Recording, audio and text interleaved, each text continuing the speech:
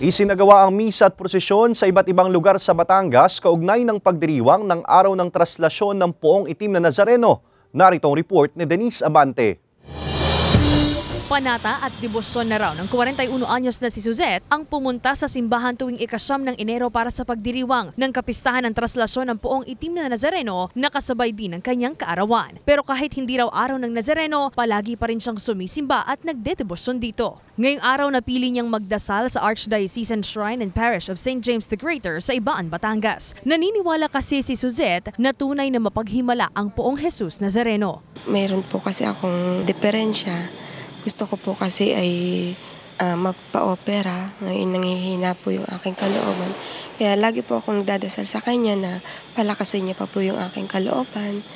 At saka yung pananampalataya, faith ko po sa kanya ay patatagin pa niya para po malabanan ko po yung takot. Bagamat kakaunti na ang mga deboto na nasa parokya, mas gusto raw ito ni Suzette para mas taimtim siyang makapagdasal sa poon.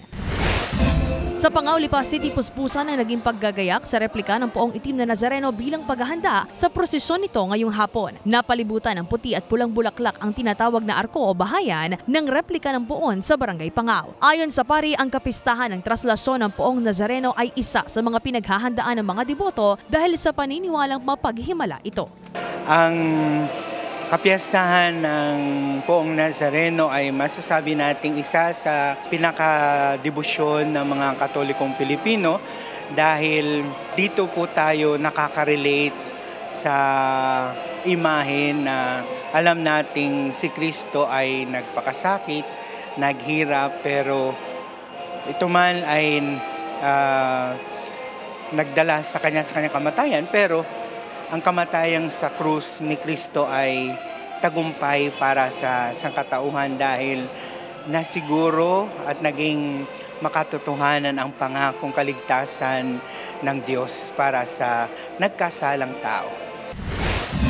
Dagsari ng mga deboto sa misa para sa araw ng Nuestro Padre Jesus Nazareno sa Poong Jesus Nazareno Chapel sa Barangay Buhay na Sapa, San Juan, Batangas. Punong-puno ng mga mananampalataya ang loob ng kapilya na ang iba'y mula pa sa mga karatig barangay, kaya naman ang ilang deboto sa labas na nagsimba. Bit-bit ang kani-kanilang hiling at panalangin, matsagaring pumila ang mga deboto sa pahalik sa imahe ng poon. Dalawang imahe ng Poong Nazareno ang nakatampok sa loob ng kapilya, ang orihinal na antigo at ang kalyehera na siyang inilalabas tuwing prosesyon. Ayon sa pamunuan ng simbahan, ang antigong imahe ng Poong Jesus Nazareno na pinaniniwala ang milagroso ng mga deboto ay nasa barangay na noon pang taong 1946. Pero taong 1950 nang iregalo ito ng pamilya de Villa sa mga mananampalataya sa lugar na naging dahilan ng pagtatayo ng kapilyang nakatalaga sa poon. Kasama si J.R. Manjares, Denise Abante, Balitang Southern, Tagalog.